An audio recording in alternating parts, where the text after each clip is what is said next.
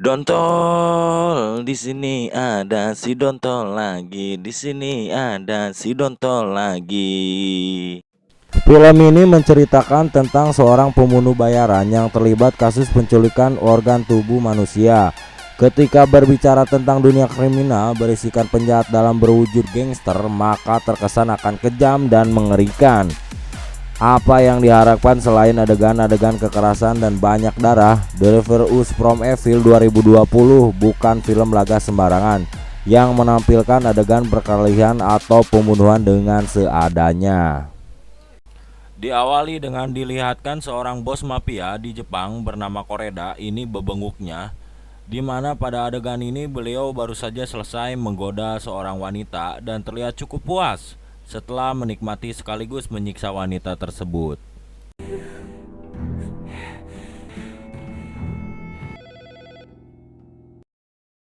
Tak lama, Koreda pun mendapat telepon dari orang misterius untuk kemudian dia mendapati semua anak buahnya seketika sudah tewas.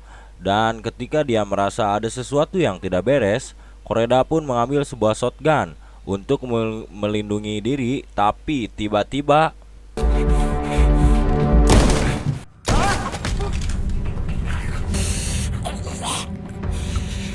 ada seorang pria yang tiba-tiba mencekik lehernya dengan kawat, yang mana pria itu merupakan tokoh utama di film ini, yaitu seorang pembunuh bayaran bernama Kim. Kim sebenarnya adalah mantan agen rahasia yang memiliki kemampuan membunuh tingkat tinggi dan sudah dilatih sedemikian rupa agar menjadi mesin pembunuh sempurna. Namun karena pemerintah menganggap bahwa program tersebut atau latihan tersebut akan menciptakan sesosok monster, makanya si Kim pun ditendang dari badan intelijen, tetapi masih dipekerjakan secara diam-diam oleh beberapa pihak yang masih membutuhkan jasanya tersebut. Faktanya, pembunuhan yang terjadi barusan merupakan pekerjaan terakhir setelah bertahun-tahun menjadi pembunuh bayaran, dan ketika tak ada tempat untuk dituju, Kim pun melihat sebuah lukisan pantai yang terletak di daerah Panama dan berniat untuk tinggal di sana demi menempuh hidup baru yang damai dan tentram. Adegan pun beralih ke Bangkok, Thailand, di mana di situ ada seorang ibu bersama putrinya yang merupakan mantan kekasih dan anak kandung si Kim sendiri.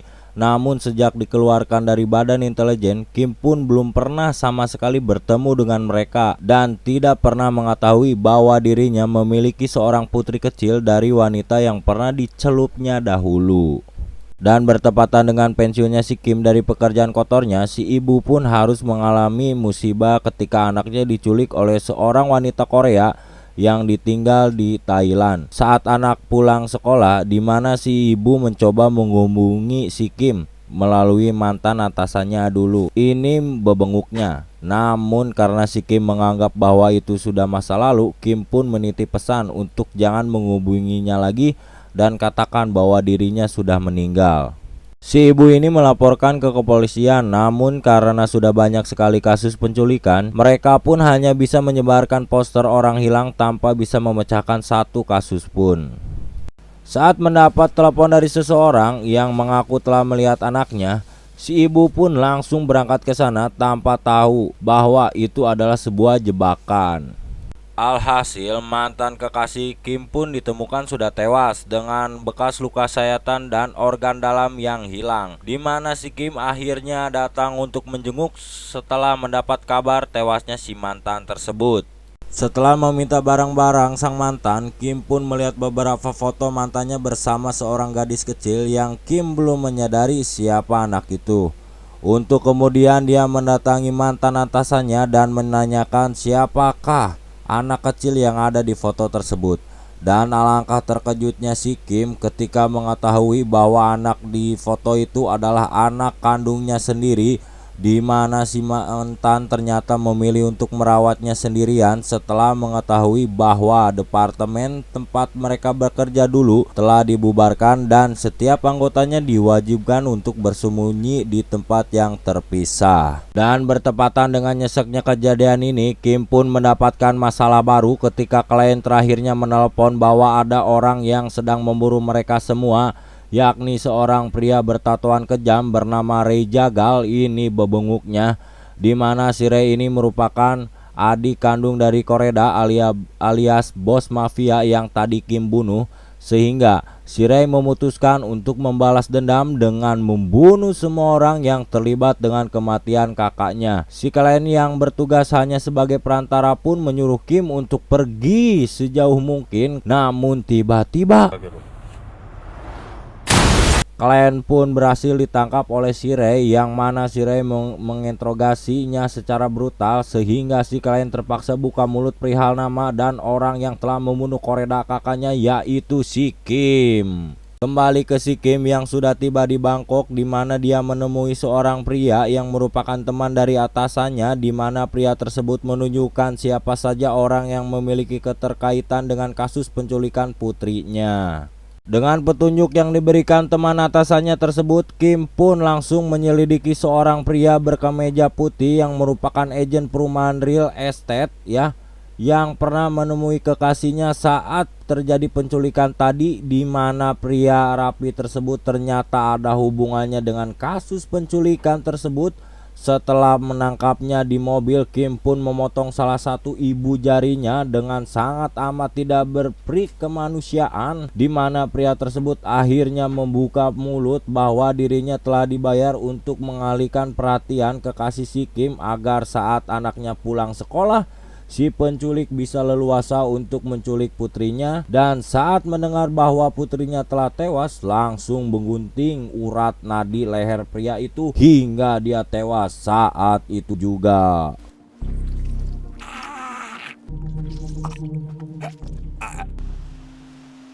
Dan Kim baru saja memulai akan mencari si pelaku, Ray ternyata bergerak lebih cepat dengan lebih dahulu berhasil mengetahui wajah dari penculik tersebut. Si Ray ternyata telah dijebak oleh beberapa preman Thailand di sana.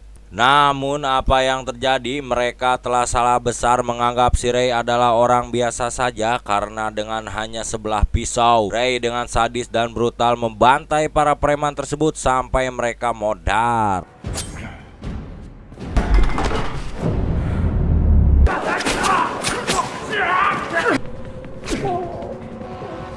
Di saat bersamaan, Kim akhirnya lebih dulu mendapatkan si penculik yang merupakan seorang wanita Korea yang ditinggal di Bangkok, di mana wanita itu mengatakan bahwa anaknya ternyata masih hidup dan sekarang sedang dikurung oleh para sindikat perdagangan organ manusia. Kim pun kembali menemui si teman atasannya untuk mencari tahu di mana lokasi para sindikat kriminal, dan disinilah Kim diperkenalkan dengan seorang yang mohon maaf semacam pria berkepribadian wanita atau biasa disebut waria, namanya si Yui. Ini paras cantiknya.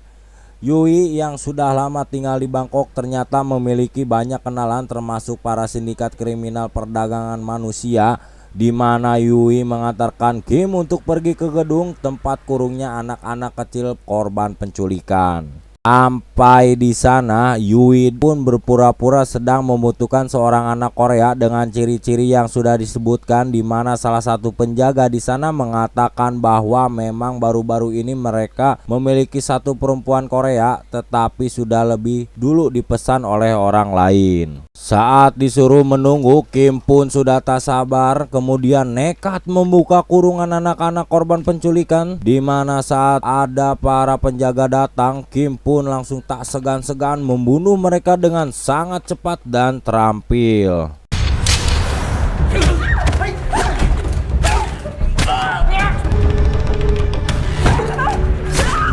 Setelah diancam, si penjaga wanita itu pun akhirnya buka suara bahwa anaknya Kim telah dibawa ke suatu tempat untuk dilakukan operasi pengambilan jantung, dan ketika mereka akan pergi, tiba-tiba muncul si Ray di ujung lorong yang sedang menyerang para penjaga lain dengan sangat amat sadis. Membawa bedog, Kim pun menyuruh Yui untuk pergi. Dia sendiri akan menghadapi si Ray sendirian.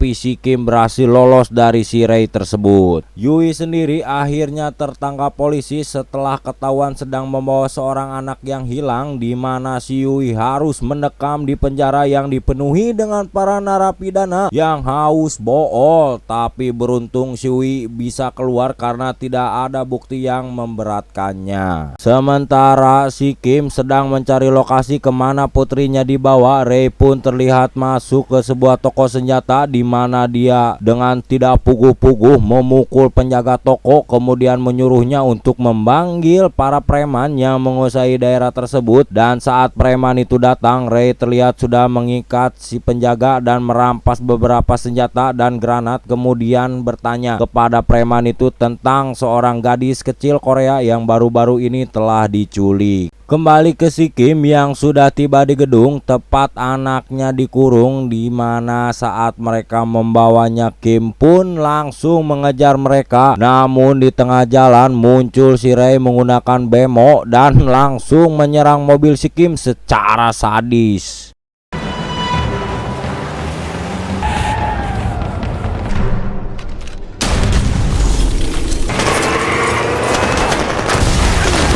Saat berbalik arah, Kim pun kembali dihalangi oleh para polisi yang akan menangkapnya atas kasus pembunuhan di gedung kemarin, di mana si Ray datang justru dia tanpa sengaja telah membantu Kim untuk segera pergi menyelamatkan putrinya.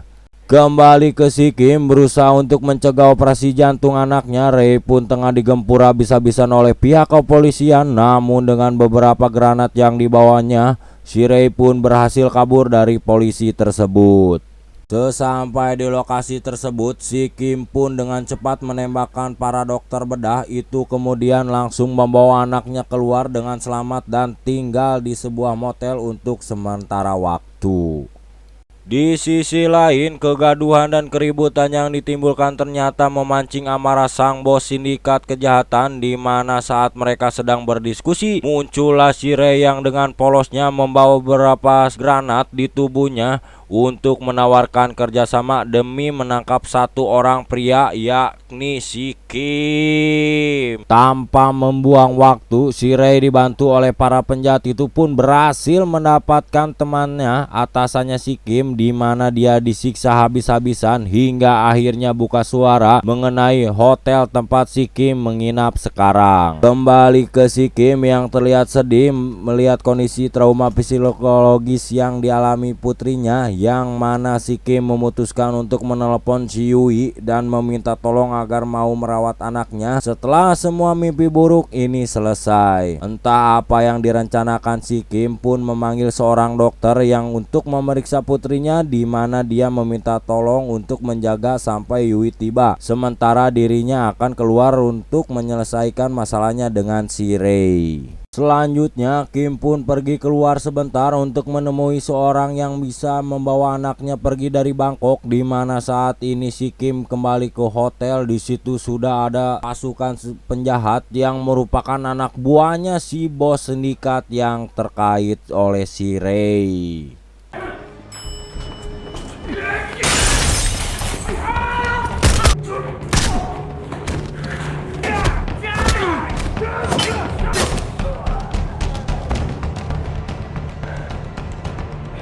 Sesampainya di kamar, Kim pun dikejutkan saat melihat si dokter sudah tewas dan anaknya yang sudah berada di dalam koper, di mana di situ sudah ada si Ray yang bekerja sama dengan para penjahat tersebut. Namun saat para penjahat itu akan membawa Kim untuk diserahkan kepada bosnya, si Ray pun menembak mereka semua dengan cukup santai dan lemah lembut. Karena tempat ini sudah tidak aman, Ray pun menyuruh dua orang untuk membawa si Kim ke tempat yang telah ditentukan, sementara si Ray sendiri akan membawa koper berisi anaknya si Kim. Namun baru saja keluar dari hotel, muncullah si Yui yang nekat menabrak mobil berisi si Kim, di mana dia berhasil melepaskan si Kim, tetapi anaknya masih berada di dalam yang dikendarai oleh si Ray. Kim pun berlari dengan cepat mengambil jalan pintas untuk kemudian menembak dari arah yang berlawanan dan berhasil loncat ke dalam mobilnya si Ray. Baku hantam pun terjadi.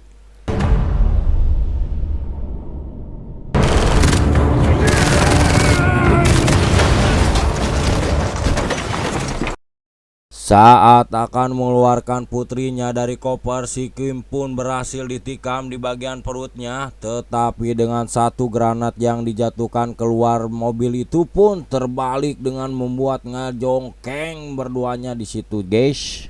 Saat putrinya sudah diselamatkan, muncullah si Yui langsung mengambilnya, dan karena Rei terus-menerus menyerang si Kim, akhirnya memutuskan untuk berkorban demi menyelamatkan sang buah hati. Kim pun sudah menggenggam granat di tangannya yang membuat mereka berdua meleduk. Dengan uang yang diberikan oleh si Kim, Yui dan gadis kecil itu pun pergi ke Panama sesuai keinginan Kim di awal.